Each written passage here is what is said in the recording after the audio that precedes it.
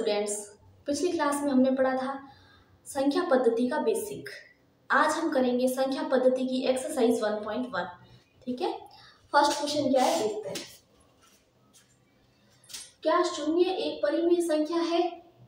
क्या इसे आप p/q के रूप में लिख सकते हैं, जहां p और q पूर्णांक है और q नॉट इक्वल 0 है। तो इस क्वेश्चन को करने के लिए देखिए, क्या शून्य एक परिमेय संख्या है? तो सबसे पहले तो आपको परिमेय संख्या की डेफिनेशन पता होनी चाहिए कि जो संख्या परिमेय संख्या होती है उसे क्या करते हैं अपन p/q की फॉर्म में लिख सकते हैं और q जो है वो नॉट इक्वल 0 होता है। ठीक है, तो p/q की फॉर्म में लिख सकते हैं और q क्या होगा, नॉट इक्वल 0 होगा। ठीक, तो शून्य को अगर अपन लेते हैं तो क्या शून्य परिमेय संख्या है? तो पहले देखते हैं क्या p/q की फॉर्म में इसको लिख सकते हैं।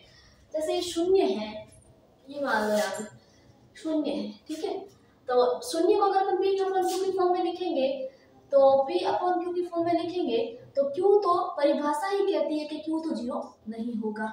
परिमेय संख्या की परिभाषा ही ये कहती है कि q जो है वो 0 नहीं होगा। तो q 0 नहीं होगा तो इसका मतलब 0/0 वाला रूप तो इसमें आएगा ही नहीं। ये रूप जो होता है वो अनिर्धारित रूप होता है, वो अलग चीज है। ठीक है, तो ये 0/0 का रूप इसमें नहीं आएगा। तो p तो 0 हो सकता है लेकिन q 0 नहीं होगा। तो क्या 0/1, 0/2 या 0/-1 इस तरीके से अपन लिख सकते हैं, क्योंकि 0 में किसी भी संख्या का भाग देंगे तो वापस 0 ही आएगा। तो 0 को 0/1 लिख सकते हैं, 0/2 भी लिख सकते हैं, 0/-1 भी लिख सकते हैं, क्योंकि 0 में किसी भी संख्या का भाग देंगे तो वापस 0 ही आएगा। लेकिन अगर 0 का किसी संख्या में भाग देंगे तो वो इनफाइनाइट आ जाएगा। ठीक है, तो ये जो होगा वो अपरिभाषित रूप हो जाता है। ठीक है, तो जो ये 0 है उसको अपन परिमेय संख्या में शामिल कर सकते हैं, क्योंकि 0/1, 0/2 इस तरीके से अपन लिख सकते हैं। ये है p/q फॉर्म, जहाँ q तो 0 नहीं है लेकिन p 0 है। तो ये भी चीज मिलकर वापस 0 ही हो रही है। 0/2 भी 0 ही है, 0/-3 भी 0 ही है। तो ये 0 क्या हुआ, एक परिमेय संख्या। ठीक है, समझ आ गया सबको? तो हाँ, 0 एक परिमेय संख्या है जिसे p/q के रूप में लिख सकते हैं। समझ आ गया p/q के रूप में अपन कैसे लिख सकते हैं, इस तरीके से, जहाँ p और q पूर्णांक है, q नॉट इक्वल 0 है और 0 एक परिमेय संख्या है। नेक्स्ट क्वेश्चन है 3 और 4 के बीच 6 परिमेय संख्याएं ज्ञात करनी है। 3 और 4 के बीच कितनी, 6 परिमेय संख्याएं ज्ञात करनी है। 6 परिमेय संख्याएं ज्ञात करनी है। पहली बात तो शब्द है परिमेय संख्या, इसका मतलब जो संख्या होगी वो p/q की फॉर्म में होगी।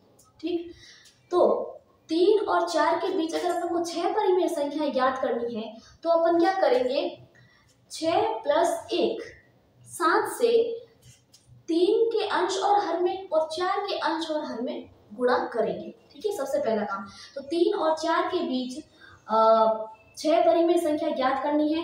तो 6 + 1 = 7 से अंश और हर में गुणा करने पर तो क्या हुआ, 3 को क्या लिखा, 3 = 3/1 × 7/7।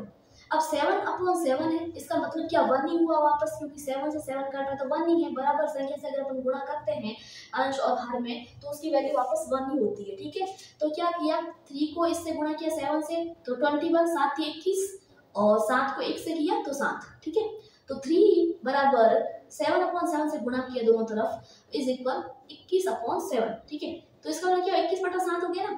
तो 3 किसके बराबर है, 21/7 के बराबर। अब 21/7 का हो चाहे 3 का हो, एक ही बात है। इसी तरीके से 4 में भी अपन ने किया कि 4 × 7, ठीक है, दिख रहा है सबको, और 1 × 7 तो 28/7। ठीक है, तो अब 4 का हो चाहे 28/7 का हो, दोनों एक ही बात है। ठीक है, तो अब अपन क्या करेंगे कि 3 और 4 के बीच है कितनी, 6 परिमेय संख्या है। ठीक है, तो ये क्या है 21/7, ये क्या है 28/7। ठीक है, तो अपन को पता है कि 21 के बाद में क्या आता है 22, फिर 23, फिर 24, फिर 25, 26, 27 और फिर 28। तो 21 छोटा है 22 से, क्योंकि 21 के बाद में, क्योंकि ये सबसे पहले 3 छोटा है और 4 बड़ा है। ठीक है, तो छोटे वाले को पहले लिखेंगे तो 21, फिर बड़ा 22, फिर 23, फिर 24, 25, 26, 27 और 28। ठीक है, तो ये क्या हुआ, एक सीक्वेंस है, क्योंकि इसके और इसके बीच में, किसके बीच में अपन को करना था, 21/7 और 28/7 के बीच। ठीक है, तो क्या क्या डिवाइड में 7 कर दिया इसमें, ठीक है। तो इसके डिवाइड में 7, इसके डिवाइड में 7, तो इन सब की भी डिवाइड में क्या होगा 7 होगा।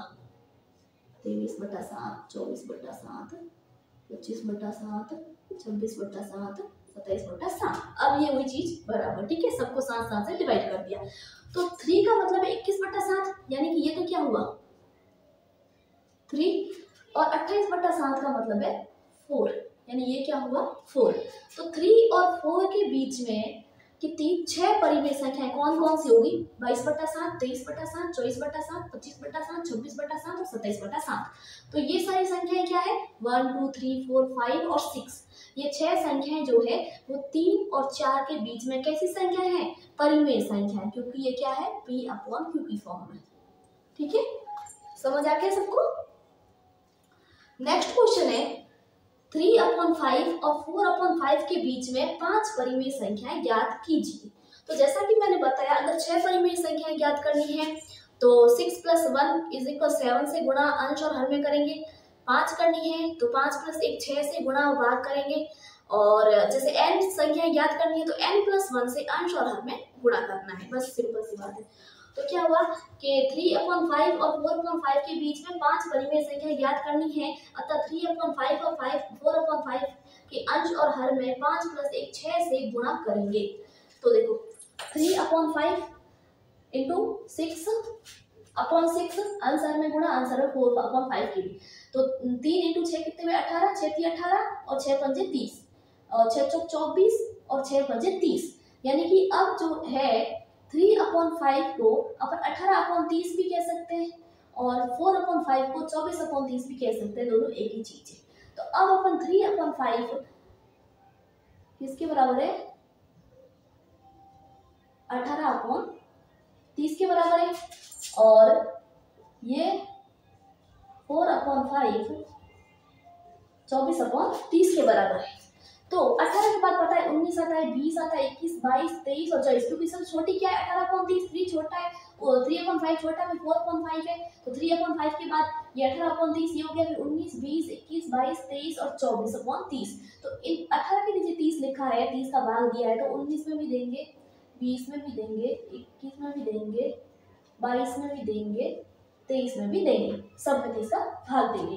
तो 18/30 और 24/30 के बीच में 5 परिमेय संख्या 1 2 3 4 5 5 परिमेय संख्या ये हो गई, यानी कि 3/5 कहो चाहे 18/30 कहो एक ही बात है, इसके बीच में ये 5 परिमेय संख्या आएगी। तो पहली परिमेय संख्या 19/30 और ये 0 से 0 कट जाएगा तो 2/3 और ये 3 का भाग जाएगा 7 × 21 और 30 में जाएगा 10 बार, 30 में जाएगा 10 बार, तो क्या हुआ 7/10 हो गया। ठीक है, और फिर इसमें जाएगा 2 का भाग 11 बार और नीचे 30 में जाएगा 15 बार, तो 11/15 और 23/30 जो कट रहा है उसको काट दिए। अब कौन सी संख्याएं आई है तो 3/5 18/30 और 4/5 24/30 के मध्य 5 परिमेय संख्याएं हैं 19/30, 2/3 और 7/10, 11/15, 23/30। ठीक है, तो ये कितनी होगी 5 परिमेय संख्याएं हो चुकी है किसके बीच में 3/5 और 4/5 के बीच। समझ आ गया सबको। अब नेक्स्ट क्वेश्चन की ओर चलते हैं। नीचे दिए गए कथन सत्य है या असत्य, कारण के साथ उत्तर दीजिए। उत्तर तो देना है, साथ में रीजन भी लिखना है। प्रत्येक प्राकृत संख्या एक पूर्ण संख्या होती है। तो सबसे पहले अपन क्या करते हैं, अपन देखते हैं कि प्राकृत संख्या कौन सी है, पूर्ण संख्या। प्राकृत संख्या का सेट कौन सा होता है नेचुरल नंबर का, 1 से शुरू होती है, कल बताया था बेसिक क्लास में, इन्फिनिटी। ठीक है, और पूर्ण संख्या होती है whole numbers 0 1 2 3 up to infinity, और इंटीजर्स होते हैं पूर्णांक संख्याएं -3 -2 -1 0 1 2 3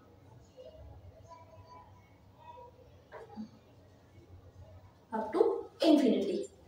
ये तीनों चीजें सबसे पहले अपन लिख ली ताकि अपने को उत्तर देने में थोड़ी आसानी हो जाएगी। ठीक है, प्रत्येक प्राकृत संख्या एक पूर्ण संख्या होती है। तो सबसे पहले प्राकृत संख्या पे जाओ। प्राकृत संख्या होती क्या है, 1 से शुरू होती है, अनंत तक जाती है। पूर्ण संख्या क्या होती है, 0 से शुरू होती है, अनंत तक जाती है। तो क्या आपको ये पूरा का पूरा सेट इस पूर्ण संख्या में नजर आ रहा है? यानी कि नेचुरल नंबर का जो सेट है पूरा का पूरा इस होल नंबर के अंदर है। इसका मतलब क्या हुआ कि जो प्राकृत संख्या है वो पूर्ण संख्या होती है। ठीक है, तो क्या हुआ कि प्राकृत संख्या सत्य है, ये बात, प्राकृत संख्या एक पूर्ण संख्या होती है। कैसे होती है मैंने आपको यहाँ समझा था, क्योंकि ये नेचुरल नंबर का पूरा सेट जो है, इसको ये सेट जो है वो नेचुरल नंबर का है, तो ये नेचुरल नंबर होल नंबर के अंदर आ चुका है। ठीक है, ये चीज समझ आ गई। दूसरा क्वेश्चन क्या है, प्रत्येक पूर्णांक एक पूर्ण संख्या होती है। प्रत्येक पूर्णांक, पूर्णांक का मतलब इंटीजर, सेट ऑफ इंटीजर। ये जो सेट ऑफ इंटीजर है वो क्या कह रहा है, क्या प्रत्येक पूर्णांक एक पूर्ण संख्या होती है? प्रत्येक पूर्णांक, क्वेश्चन पे ध्यान देना, प्रत्येक पूर्णांक, प्रत्येक पूर्णांक का मतलब -3 की भी बात हो रही है, -2 की भी बात हो रही है, -1 की भी बात हो रही है, प्लस वालों की भी बात हो रही है, 0 की भी बात हो रही है। क्या प्रत्येक जो पूर्णांक संख्या है, क्या ये प्रत्येक संख्या पूर्ण संख्या है? देखते हैं। पूर्ण संख्या होने के लिए इन सबको पहली बात तो पॉजिटिव होना पड़ेगा, क्योंकि पूर्ण संख्या में तो 0 आता है, 0 तो है, बाकी सारे के सारे पॉजिटिव नंबर्स हैं। लेकिन पूर्णांक में तो नेगेटिव नंबर भी आते हैं, तो नेगेटिव नंबर तो पॉजिटिव नंबर में इसमें है ही नहीं, होल नंबर में, क्योंकि इसमें सारे पॉजिटिव नंबर्स हैं।